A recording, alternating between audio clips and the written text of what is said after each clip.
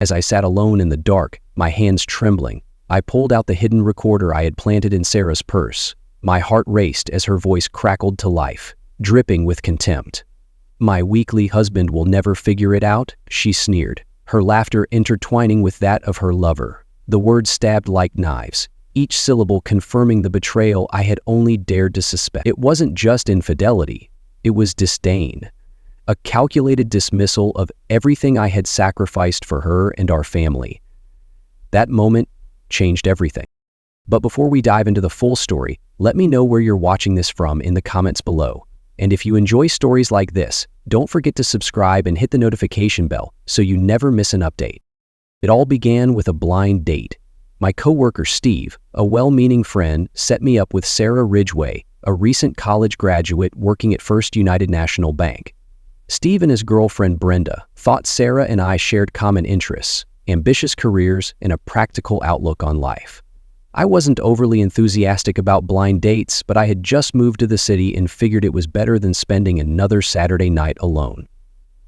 So I met Sarah in a dime. Little did I know, this unassuming evening would change the trajectory of my life. From the moment Sarah walked into the restaurant, I could tell she wasn't one to seek attention.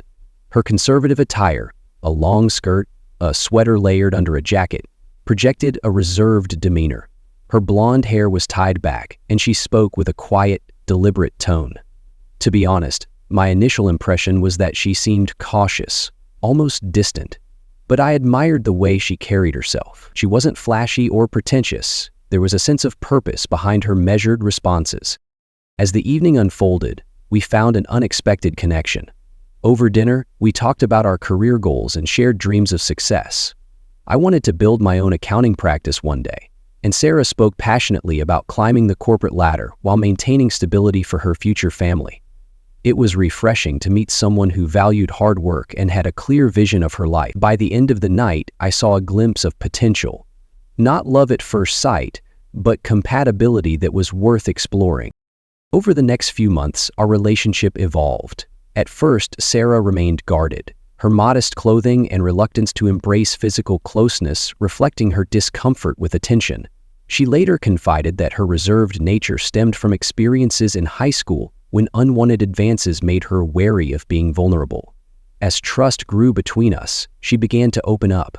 Behind the modest sweaters and long skirts was a woman with stunning beauty, both physical and intellectual.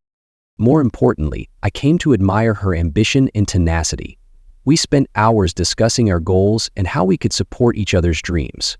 She encouraged me to believe in my entrepreneurial aspirations, and I supported her desire to excel in her career. Those early months were filled with stimulating conversations, laughter, and the slow build of a bond that seemed unshakable at the time. It felt like the start of something strong, something that could weather the storms of life, though, as I would later discover, appearances can be deceiving. The early years of our marriage were in many ways idyllic. Sarah and I tied the knot in a modest ceremony surrounded by family and close friends. Shortly after, we bought our first home together, a cozy house in the suburbs with just enough space to grow. It wasn't long before Hannah, our first daughter, was born, filling our home with the laughter and chaos of a young family. 2 years later, Miranda arrived, completing the picture of the life we had envisioned together. Those early days with our daughters were filled with sleepless nights, shared milestones, and a deep sense of purpose. At least, that's how it felt to me. While I worked long hours at my accounting job, Sarah was steadily climbing the corporate ladder at the bank. She thrived in her role, earning promotion after promotion, her success a testament to her dedication and sharp mind. Meanwhile, I took a leap of faith, leaving my stable position to start my own accounting practice. It was a risk I believed in, a step toward realizing my dream of building something that was truly my own. For a while, Sarah supported me, or at least she pretended to. As time passed, the cracks began to show. At first, they were subtle, an offhand comment here, a sigh there, but they grew deeper with each passing year. Sarah's rising career brought stability to our finances, but it also brought an unspoken shift in power. Her contributions were steady, reliable, while mine fluctuated in the unpredictable rhythm of a growing business. She began to question the wisdom of my choices, voicing concerns about the risks I was taking. "You should focus on a steady income," she said one evening, her voice tinged with frustration as we sat at the dinner table.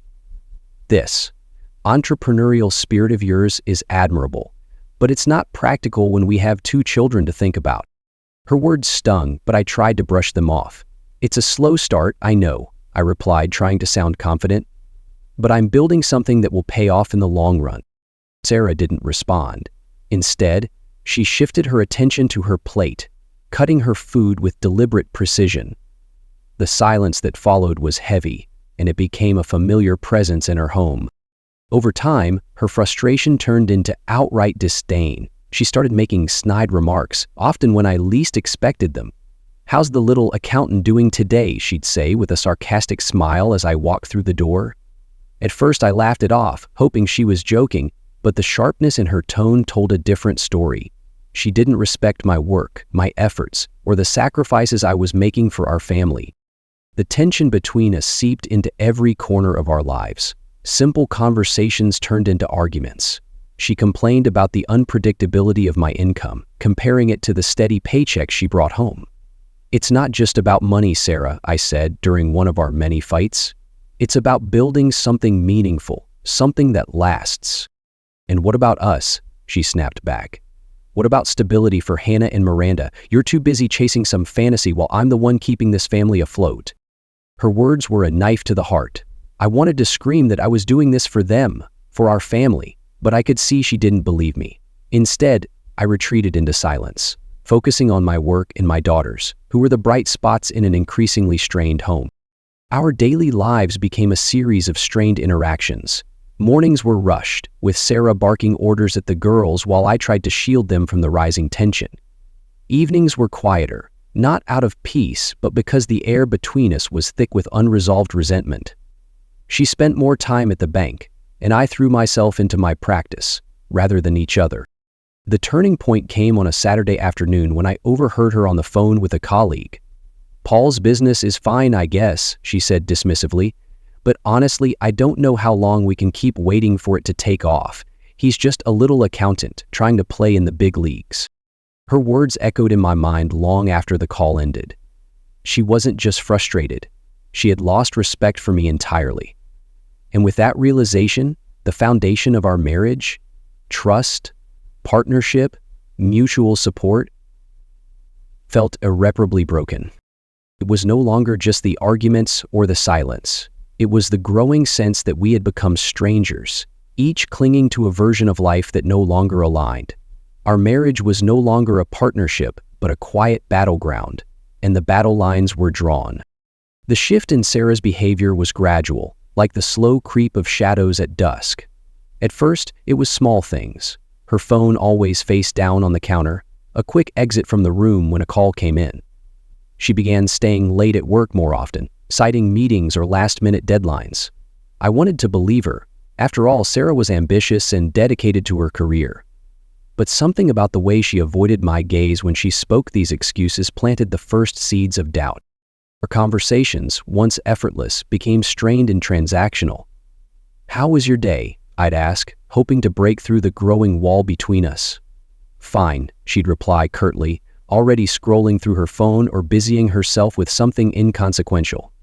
It wasn't just her tone. It was the absence of warmth, the lack of interest in anything I had to say. She wasn't just tired or stressed, she was distant in a way I couldn't ignore. Then came the nights when she didn't come home on time. "Just a girls' night," she'd say casually, slipping into a dress that seemed far more extravagant than anything she'd worn in years. The first time, I didn't think much of it. Everyone needs a break now and then, I reasoned. But as these outings became more frequent, I couldn't shake the nagging feeling that something was off. One evening, as she walked out the door in a pair of heels I didn't recognize, I asked, "What time will you be home?" She paused, the briefest flicker of irritation crossing her face before she replied, "Late. Don't wait up." And with that, she was gone, leaving behind the faint trace of her perfume and a hollow silence that seemed to fill the entire house. It was during one of those long, solitary evenings that I stumbled across the first real clue. Sarah had left the bathroom door ajar, and as I tidied up, I noticed a plain brown box tucked under the sink. Out of curiosity, I opened it, expecting to find toiletries or perhaps some forgotten items. Instead, I found an enema set, its nozzle still damp. My stomach churned as questions flooded my mind. Sarah had never mentioned needing such a thing, and I couldn't understand why it would be wet if it had been stored away. I replaced the box exactly as I'd found it, but my mind refused to let go of the discovery. Over the next week, I noticed more changes, subtle but undeniable. New lingerie appeared in her drawers, tags still attached. She'd always been practical when it came to undergarments, choosing comfort over style, but these were different, bold, lacy, and clearly intended to make a statement. When I asked her about them, she shrugged and said, "Just treating myself," before changing the subject. Her absences grew longer, her excuses thinner. "Work's been crazy," she'd say when she came home late, her lipstick smudged and her hair slightly disheveled. But work had always been demanding, and she'd never let it consume her nights before. When I pressed for details, her responses were clipped, as though my questions were an annoyance rather than genuine concern. It wasn't just her physical absence that hurt. It was the emotional void she left behind. She stopped asking about my day, our children, or my business. When I tried to share a success at work or a funny story about Hannah and Miranda, she barely acknowledged me, her focus always elsewhere. The woman who once laughed at my jokes, who once celebrated every milestone with me, seemed to have vanished. Late one night, unable to sleep, I found myself scrolling through old photos on my phone. There we were, smiling at the beach, holding hands at a family picnic, cutting the cake at our wedding. The woman in those pictures was unrecognizable compared to the one I now lived with. My chest tightened as the reality of our growing distance sank in. I tried to convince myself that I was imagining things, that the changes in Sarah's behavior were temporary, but the evidence kept piling up. I started paying closer attention. The hurried phone calls she ended as soon as I entered the room, the way she now kept her car keys and purse hidden from view, the scent of cologne that wasn't mine lingering faintly on her clothes. One evening, after she had left for yet another girls' night, I decided to look further. I wasn't proud of the decision, but my desperation outweighed my guilt. I searched her closet and found a pair of shoes I'd never seen before, stilettos so high and elegant that they didn't match the Sarah I thought I knew. Beneath them was a receipt for a dinner at a restaurant we'd never visited together. The date was from last Tuesday, the same night she'd said she was working late. In life. I sat on the edge of our bed, holding the receipt in my hands, my heart pounding. The pieces of the puzzle were coming together, and the picture they formed was one I didn't want to see. Sarah wasn't just pulling away, she was hiding something, and I was left to face the painful truth that our marriage was slipping through my fingers. That night, as I lay awake in the dark, I couldn't stop the questions from flooding my mind. What was she keeping from me? Why had she changed? And most agonizing of all, was it too late to save what we once had? The silence of the house was deafening, a cruel reminder that the distance between us had grown into a chasm I wasn't sure we could ever bridge. At the bottom of the big staircase lay a shrouded form labeled with foreign words. On a glass block poked through the gap, giving off a thin fluorescent glow when the gas lit. The knot in my stomach grew tighter with every passing day. The signs were all there. Late nights, evasive answers, the unmistakable scent of deceit. But I needed proof. Without it, I felt trapped in a limbo of suspicion and denial, torn between confronting Sarah and clinging to the hope that I was wrong. That hope was a fragile thread, fraying with every unanswered question and every cold shoulder. Determined to uncover the truth, I made a decision that felt both necessary and invasive. I installed surveillance devices in our home. A small voice in my head told me I was crossing a line, but my heart overruled it. I had to know. I planted discreet cameras in the living room and kitchen, areas where Sarah often took her calls. I slipped a voice recorder into her purse, ensuring it was hidden well enough to go unnoticed. It wasn't an act I was proud of, but it was one I justified as my last resort.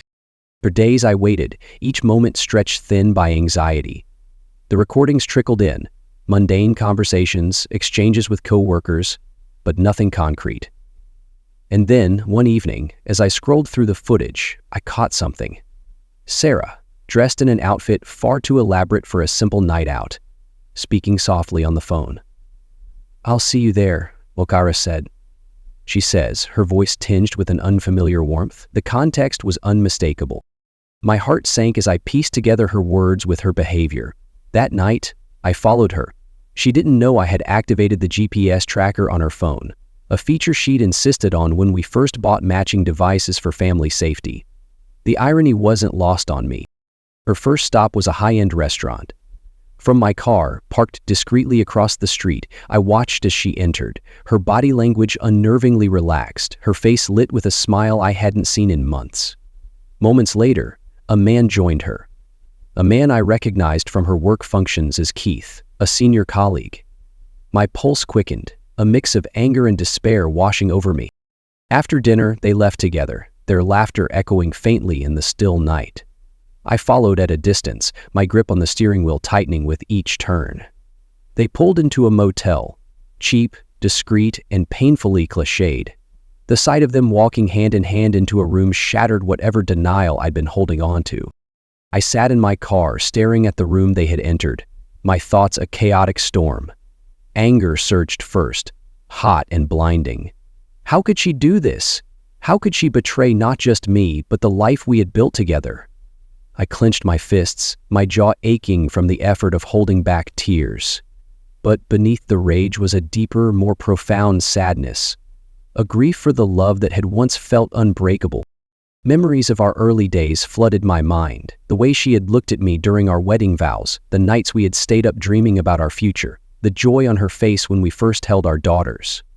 Those moments felt distant now, tarnished by the weight of her betrayal. I wanted answers, but I also dreaded them. Was this a one-time mistake or a long-running affair? Did she love him, or was it just a fling? The questions churned inside me, each one cutting deeper than the last. I felt like a stranger in my own life, the foundation I had trusted crumbling beneath me. The realization that I couldn't confront her immediately was suffocating. I needed to approach this carefully, not just for my own sanity but for the sake of our daughters. They deserved stability, not the chaos of an explosive confrontation. Still, the knowledge of what she was doing, of who she was with, was a weight I could barely carry. As the hours passed and the motel lights dimmed, I drove home in silence, the road ahead blurry through unshed tears. By the time I pulled into the driveway, I felt drained, my emotions swinging wildly between fury and heartbreak. The house was dark and quiet, a stark contrast to the storm inside me. That night, lying in our bed, I stared at the empty space beside me, knowing that Sarah would fill it in a few hours, oblivious to what I now knew.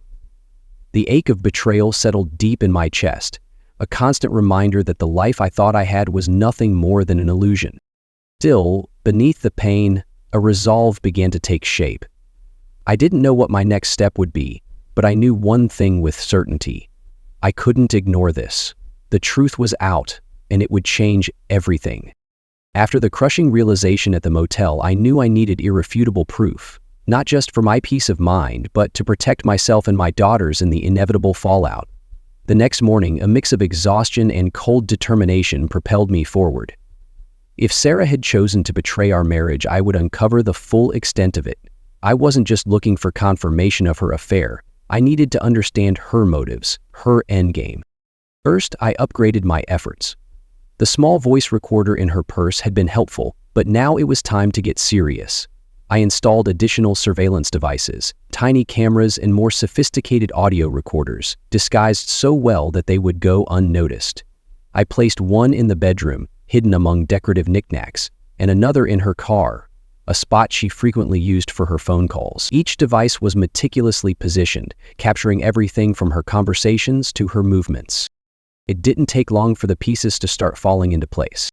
The first damning evidence came just 2 days later. While reviewing footage from the camera in the living room, I watched as Sarah paced back and forth, her phone pressed to her ear. Her voice was low, but the venom in her words was unmistakable. "I can't keep pretending with him anymore, Keith," she said. "He's so insignificant. I thought by now he'd amount to something, but he's just stuck in this small-time dream of his. It's pathetic." Her words felt like a punch to the gut. This wasn't just about infidelity, it was about contempt. She didn't just betray me physically, she had erased me emotionally, belittled everything I had worked for. But what came next was even more devastating. "I'll file for divorce as soon as Miranda goes to college," she continued. I don't want to deal with custody battles, and honestly, he's a great babysitter. Why rock the boat now when I can keep things as they are? He handles the house, the girls, and everything else. It's convenient. Convenient. That word echoed in my mind, its callousness sharp and unforgiving. I replayed the footage over and over, each repetition burning her words deeper into my memory. She wasn't just unfaithful. She was calculating, exploiting my role as a father and caregiver while plotting her exit. As more recordings surfaced, a clearer picture emerged. One particularly painful exchange was captured during a phone call with Keith. "You really think he's clueless?" Keith asked, laughing. "Completely," Sarah replied with a mocking tone. "Paul's too busy playing dad and accountant to notice anything. He's harmless. I can do whatever I want and he'll just keep bending over backward to make things work." The raw disdain in her voice stung more than the words themselves. It wasn't just that she didn't love me anymore. It was that she had no respect for me, no regard for the sacrifices I had made for our family. Each piece of evidence I uncovered deepened my resolve. I documented everything meticulously, saving the recordings, organizing timestamps, and backing up files to ensure nothing could be lost or disputed later. Late at night, after Sarah had gone to bed, I'd sit in my office, headphones on, listening to her betrayals in real time. It was a twisted ritual, equal parts painful and empowering. The more I learned, the clearer my next steps became. The final straw came when I overheard her discussing finances. "Once I'm done with him," she told Keith, "I'll have everything set up. He won't even see it coming. He's too trusting, too naive to protect himself." The level of manipulation was staggering. She wasn't just preparing to leave me, she was planning to strip me of everything, financially, emotionally, and perhaps even my relationship with our daughters. But she underestimated me. I wasn't the naive, trusting man she thought I was anymore. That night, I sat alone in the dark, the weight of her betrayal pressing down on me. Anger simmered beneath the surface, but it was a controlled fire now, fueling my determination. I wasn't just going to survive this. I was going to protect my daughters, my business, and everything I'd worked so hard for. Sarah's plans might have been meticulous, but she hadn't accounted for one thing. I wasn't about to let her win. With the evidence I had gathered, I knew it was time to take action. Every word she spoke, every plan she made, was now a tool I could use. I wasn't just documenting her betrayal, I was building a defense, a way to ensure that when the dust settled, I wouldn't be the one left broken. By the time I had all the evidence I needed, my mindset had shifted entirely. The initial heartbreak and despair were replaced by a steely determination. I wasn't just going to confront Sarah. I was going to take control of my life, my family, and my future. If she wanted to play games, she'd learn quickly that I wasn't the passive man she thought I was. Every step I took was calculated, deliberate, and focused on protecting myself and our daughters. The first order of business was to consult a lawyer. Jeff Green came highly recommended, known for his meticulous attention to detail and fierce advocacy. As I sat in his office, laying out the evidence I had gathered, he nodded approvingly. "You've done your homework," he said, flipping through the organized files of audio recordings, video clips, and financial documents. "This puts you in a strong position. Custody, assets, everything. This is the kind of preparation most people only wish they had." Jeff and I worked out a plan that prioritized custody of Hannah and Miranda. He explained that the courts would focus on what was best for the children, and with the evidence of Sarah's neglect and emotional distance, we had a solid case. My daughters were my priority. Everything else was secondary. I also ensured my finances were airtight. I moved personal funds to secure accounts, separated any joint assets, and canceled unused credit lines. If Sarah thought she'd blindsided me, she was about to be sorely mistaken. While the legal groundwork was being laid, I couldn't resist taking subtle actions to disrupt Sarah's carefully constructed facade. I wasn't overtly confrontational. There was no yelling, no heated arguments, but I began to quietly assert control in ways that left her visibly unsettled. I adjusted the garage door setting so it wouldn't open on her first try, delayed repairs on her car just enough to inconvenience her, and occasionally forgot to pass along messages from her colleagues. These small disruptions were almost therapeutic, reminders that she no longer dictated the terms of our household. Then came the confrontation. a moment I'd prepared for but dreaded nonetheless. It was a Friday evening, and Sarah had just returned from another one of her supposed work dinners. I was sitting in the living room, the divorce papers neatly arranged on the coffee table in front of me. She walked in, her heels clicking sharply against the hardwood floor, and froze when she saw me. "Paul?" she asked, her voice cautious. "What's this?" "Sit down," I said evenly, motioning to the chair across from me. My tone left no room for argument. She hesitated, her eyes darting between me and the stack of papers. Finally, she sat, folding her arms defensively. "What's going on?" I leaned forward, meeting her gaze directly. "Sarah, I know about the affair. I know about Keith. I know about the lies, the plans, everything." Her face drained of color, her carefully constructed composure cracking under the weight of my words. I don't know what you're talking about," she stammered, but her voice lacked conviction. "Don't insult me by denying it," I said firmly. "I have recordings, videos, receipts. I've known for weeks. This isn't a discussion. It's a statement of fact." Panic flickered in her eyes as she realized how thoroughly I had unraveled her secrets. "Paul, please, let me explain." "There's nothing to explain," I interrupted. My voice was calm but unyielding. "This isn't just about the affair. It's about the disrespect, the manipulation, the way you've used me and exploited my role as a father. That ends now." I slid the divorce papers across the table toward her. "You have two choices, Sarah. You can sign these and we handle this amicably, with as much dignity as possible, or you can fight me, and I promise you, with the evidence I have, you'll lose."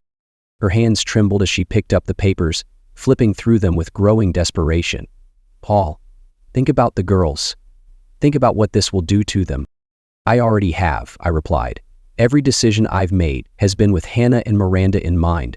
They deserve better than to live in a home built on lies. They deserve stability, and I will make sure they have it." Her panic turned to anger, her voice rising. "You're blowing this out of proportion. Do you really want to tear this family apart over one mistake?" "This isn't one mistake, Sarah," I said, my voice cutting through her protests. "This is a pattern of betrayal, a calculated effort to undermine our marriage while planning your exit. I didn't tear this family apart. You did." For a moment there was silence. Sarah's defiance faltered, replaced by a hollow resignation. She leaned back in her chair, the weight of her actions finally sinking in. "What do you want from me?" she asked, her voice barely above a whisper. "Sign the papers," I said simply. "Move out. Be honest with the girls when the time comes. That's all." She stared at me for a long time, as though searching for some shred of the man she had once controlled. But that man was gone. In his place was someone who had faced betrayal and come out stronger, someone who wouldn't be manipulated again. As Sarah retreated to the bedroom with the papers in hand, I felt an unexpected sense of calm. The storm wasn't over, but I had taken the first step toward reclaiming my life. I knew there would be challenges ahead, but for the first time in weeks, I felt like I was in control. That night, as I sat in the quiet of the living room, I thought about Hannah and Miranda, about the life I wanted to build for them. The road ahead wouldn't be easy, but it would be honest, and for that, it would be worth it. The divorce proceedings began with an air of inevitability. With the evidence I had gathered, the outcome seemed clear, but the process was anything but easy. Sitting across the courtroom from Sarah for the first time was surreal. The woman who had once shared my dreams and my life now felt like a stranger, her face hardened by resentment and defiance. Yet beneath her steely exterior, I could sense traces of fear of what the proceedings would mean for her carefully curated life. The focus of the case revolved around two critical points: custody of Hannah and Miranda and the division of our assets. I made it clear from the outset that my primary concern was the well-being of our daughters. With documented evidence of Sarah's neglect and her emotional distance from the girls, my lawyer painted a compelling picture of a mother too preoccupied with her own desires to prioritize her children. In court, Sarah tried to defend herself, arguing that her work demands had simply kept her busy, but the evidence told a different story. The recordings of her dismissive remarks about me, and more importantly, her cold indifference toward our family, spoke volumes. The judge, reviewing the mountain of evidence, granted me full custody. It was a victory, but one that came with the bittersweet weight of knowing what it truly meant, that our daughters had witnessed and endured more than they should have. With custody resolved, the division of assets followed. I was determined to approach this fairly, ensuring that Sarah wasn't left destitute despite her actions. The house remained with me and the girls until they graduated high school, a decision the court agreed was in their best interest. We divided our financial holdings, but Sarah's infidelity and misuse of joint funds weakened her position. In the end, she retained her retirement account and personal savings, while I kept my business and investments. The aftermath hit Sarah harder than either of us anticipated. Her affair with Keith, once a poorly kept secret, became public knowledge when it reached her workplace. The bank, faced with undeniable evidence of policy violations and reputational risk, terminated both Sarah and Keith. It wasn't just her job she lost. Her professional reputation, meticulously built over years, was now in shambles. Sarah moved into a modest apartment on the outskirts of the city. Gone were the days of luxurious dinners and tailored suits. She took a job as a paralegal at a small law firm, far removed from the prestige she once enjoyed. The stark difference in her circumstances was reflected in her demeanor. When she came to visit the girls, her confident stride was replaced with a hesitant shuffle. She avoided my gaze, her once sharp tone now softer, almost apologetic. Meanwhile, life for me and the girls began to stabilize. With custody secured, I refocused my energy on rebuilding our family dynamic. Hannah and Miranda were resilient, but the strain of the divorce and their mother's actions had left its mark. I made it a priority to be present, attending school events, cooking meals, and carving out time for one-on-one conversations. Slowly, laughter returned to the house, a sound that had been absent for far too long. Professionally, my business began to thrive. Freed from the tension and negativity that had permeated our home, I found clarity and renewed motivation. The clients I had nurtured over the years now referred others to me, and my investment started to pay off. Financially, we were stable, even comfortable, but more than that, I felt a sense of purpose that had been missing during the years of marital discord. Sarah's visits with the girls were infrequent at first, marked by a tentative awkwardness. They struggled to reconcile the mother they loved with the woman who had caused so much pain. Over time, they found a rhythm: weekend visits, occasional dinners. But the bond between them would never quite return to what it once was. Sarah's choices had consequences that extended far beyond our marriage. For me, the divorce marked not just the end of a chapter, but the beginning of a new one.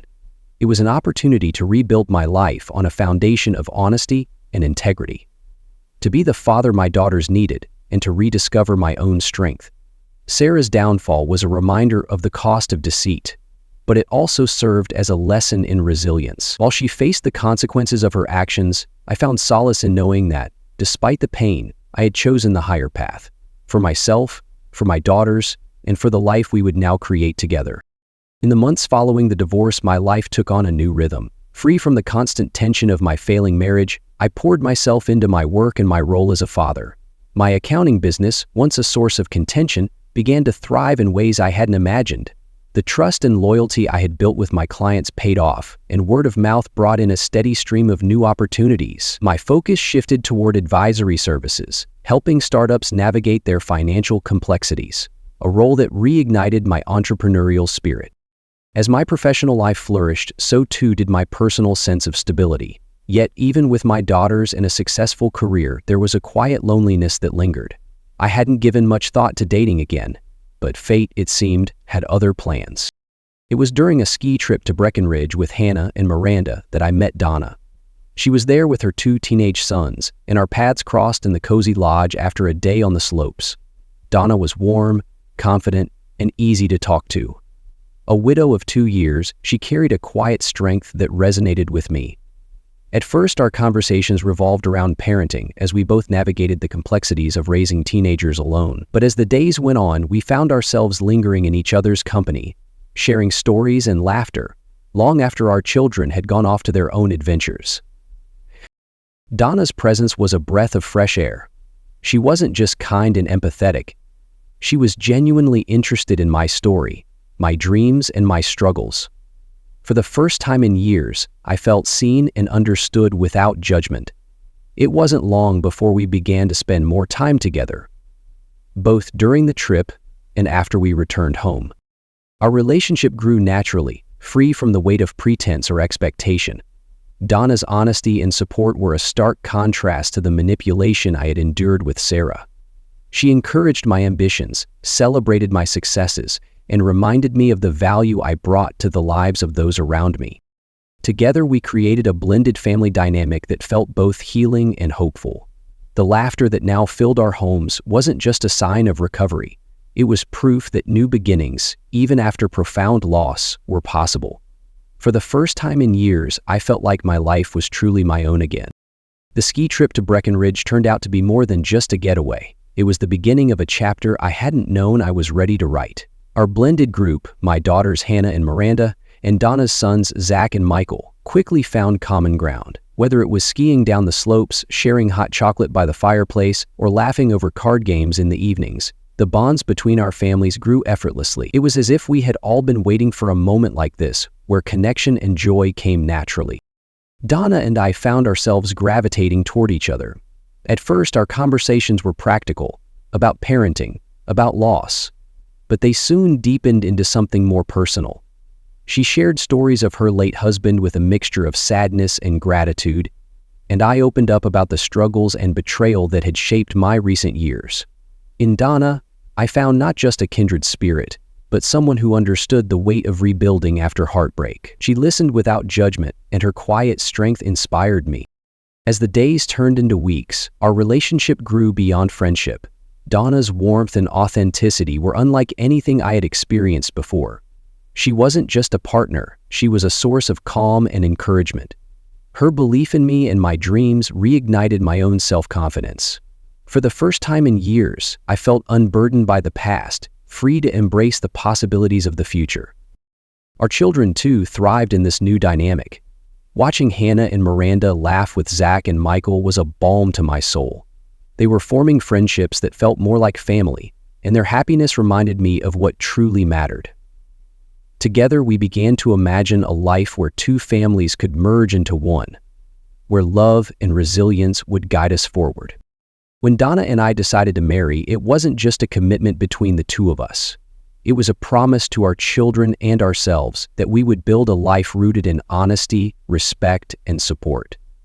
The ceremony was simple but heartfelt, with our kids standing proudly by our sides. There were tears, laughter, and an overwhelming sense of hope that filled the room. Reflecting on the journey that brought me here, I couldn't ignore the pain of the past. Sarah's betrayal had been devastating, but it had also been a turning point, a reminder of the importance of integrity and the strength of family. Donna's presence in my life was a testament to the resilience we all possess, the ability to find joy and purpose even after heartbreak. Life isn't without challenges, but now I face them with a renewed sense of optimism. My business continues to flourish, but more importantly, my home is filled with love and laughter. Each day, I'm reminded of the lessons I've learned, to prioritize what truly matters, to cherish the people who lift us up, and to move forward with courage and grace. New beginnings, I've realized, aren't just about starting over. They're about carrying the wisdom of the past into a future full of possibility. And for the first time in a long time, I'm excited for what lies ahead. As time moved forward, the stark contrast between Sarah's life and mine became evident. The fallout from her choices left her struggling to rebuild both professionally and personally. Her affair with Keith, once hidden in whispers, had become a stain on her career. After losing her job at the bank, she found work as a paralegal in a small law firm, a far cry from her former status as a rising star in the corporate world. The reality of her diminished circumstances weighed heavily on her, and her once confident demeanor gave way to a quiet resignation. Sarah's personal life fared no better. Her relationship with Keith dissolved under the pressures of financial instability and mutual distrust. Her attempts to reconnect with Hannah and Miranda were met with polite distance, the girls still grappling with the emotional scars of her actions.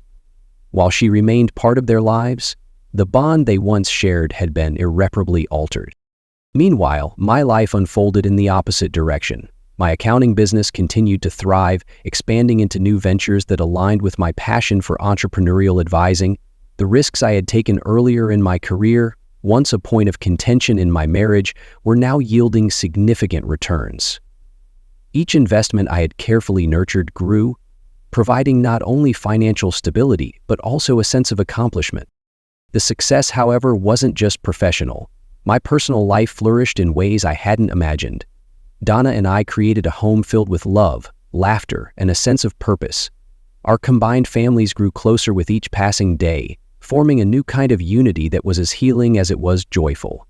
Watching my daughters thrive alongside Donna's boys reminded me of the resilience of the human spirit and the power of love to mend even the deepest wounds. Looking back, the journey from betrayal to contentment was far from easy, but it taught me lessons I will carry forever. I learned the value of integrity, the importance of standing firm in the face of adversity, and the strength it takes to rebuild after loss. Most importantly, I learned that life's trials, no matter how painful, often pave the way for growth and renewal. As I sit surrounded by my family, my daughters Donna, and our blended lives, I feel a deep sense of gratitude. The road that brought me here was filled with challenges, but it also led to a life I couldn't have envisioned. The past may have shaped me, but it is the future, filled with hope and possibility, that defines me. In the end, I've come to understand that even the darkest moments can lead to the brightest beginnings. Life has a way of testing us in ways we never expect. The story of my journey, marked by betrayal and heartbreak, is ultimately one of resilience and renewal.